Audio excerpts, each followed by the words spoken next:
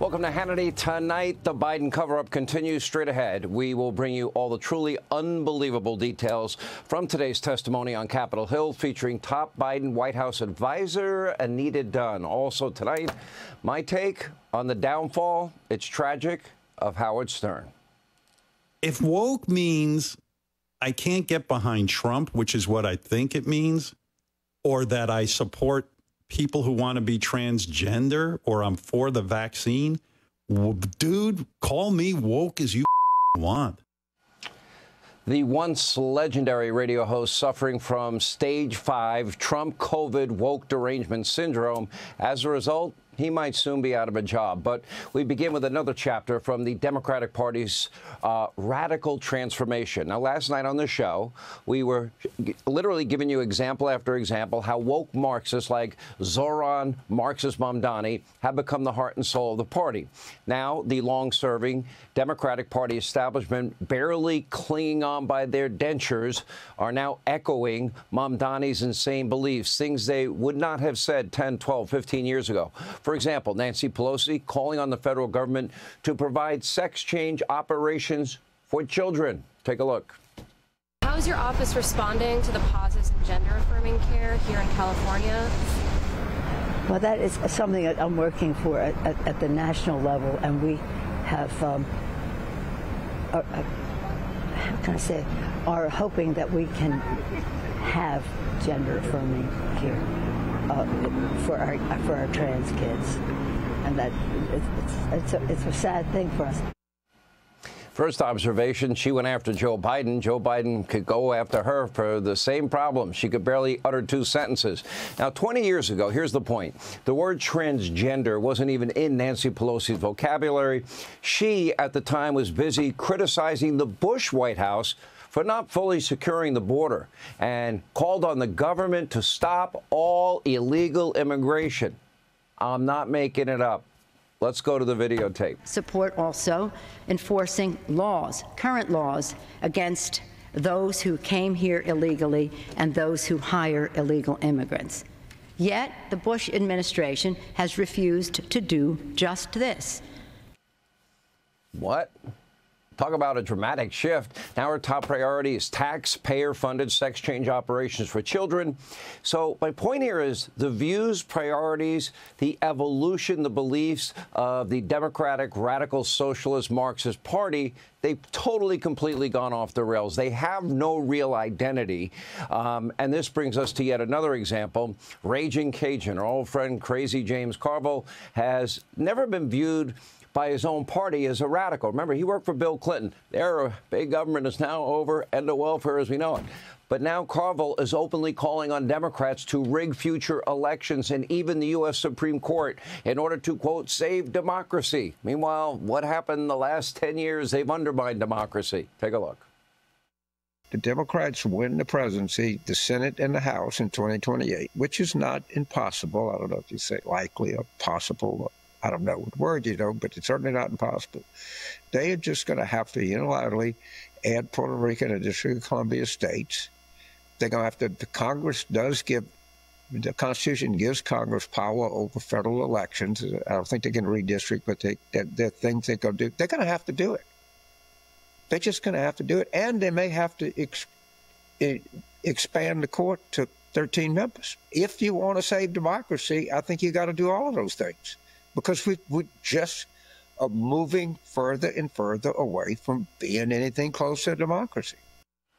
Oh, okay. If Democrats get power, he's telling you what they should do. Statehood for D.C. and Puerto Rico and pack the courts, the U.S. Supreme Court. If President Trump, his fellow Republicans, created 2 new conservative states, if they packed the U.S. Supreme Court and they expanded it, what do you think the likes of James Carville, Nancy Pelosi, Jasmine Crockett, AOC, the Squad, Mamdani, what would they all be saying? They wouldn't like it. According to Democrats, it's only different When they do it, then it's okay.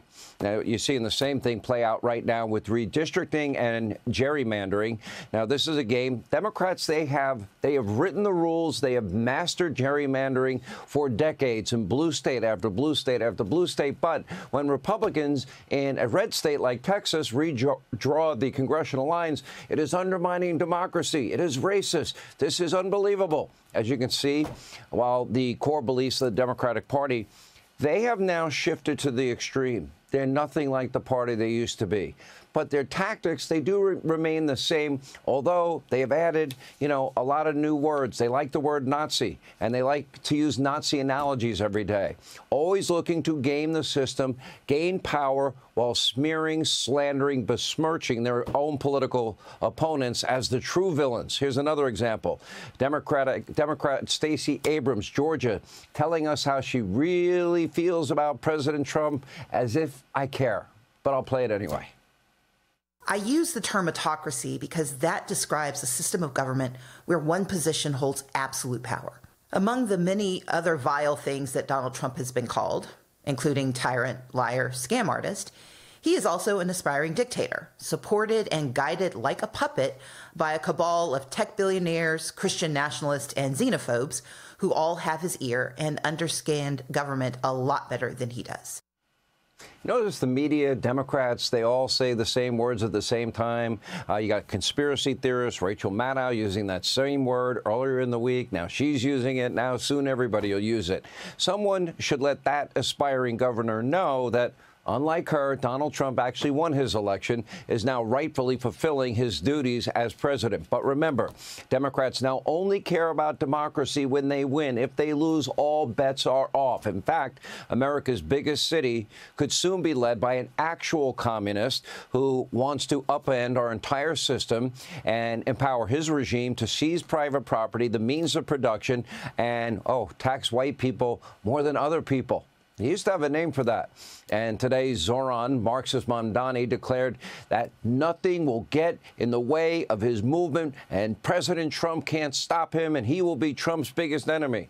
I'm sure Trump is scared to death. He's probably cowering behind the new ballroom he's making at the White House. Take a look. My approach to Washington will not be a reflexive one. It is one that will be in opposition to Donald Trump's administration when it comes for New Yorkers, when it comes at the expense of the welfare of the people that I am seeking to serve. If the president and the administration is looking to work for the benefit of New Yorkers, which is what he spent so much of his campaign speaking about, that is a different conversation. My administration would be Donald Trump's worst nightmare. And you don't need to take me at my word or take Andrew Cuomo at his. You need to only look at the actions of the Trump administration since I won the Democratic primary. His worst nightmare, he will have no impact on Donald Trump. If Mamdani wins in the fall, it's simple. That's just bad for the city of New York. It's bad for the state of New York. We don't know exactly how bad things will become. One thing is certain. We see the same thing in every blue city, every blue state run by Democrats for decades. The budget will be mismanaged. Your taxes will go up. Law and order will disappear. The quality of life will decline. You'll probably have a lot more homeless people, people shooting up in the streets. And in this case, you'll probably get free sex change operations no matter where you live in the U.S. Go to New York. They may pay for your airfare and they may pay for your hotel. The same exact thing is happening right under Chicago's far left mayor. Take a look. We have reached a point of no return. The systems that people rely upon, education, healthcare, housing, our transportation, they are woefully underfunded. And everyone knows that. Everyone knows what, my commitment is to progressive revenue. I can't do this by myself. All right, here's the thing about the left's their love affair with Marxism, socialism, statism, whatever ism you want to put on it, it's always the same. They always have unfulfilled promises. You always end up paying more in the end. You always lose your freedom in the end. And at some point, they always run out of other people's money, as Margaret Thatcher famously said. And in the process, they destroy the spirit and innovation of a city or a state. If Americans don't have the numbers to break one-party rule at the ballot box, they will vote with their feet. And I can tell you from experience, states like Mine, I'm in the free state of Florida tonight. By the way, weather's very good all year long, and it's very welcoming. So is Texas, so is Tennessee, so are the Carolinas. By the way, if you're a socialist and you want to come to any of those states, leave your stupid policies at home. Hey, Sean Hannity here. Hey, click here to subscribe to Fox News YouTube page and catch our hottest interviews and most compelling analysis. You will not get it anywhere else.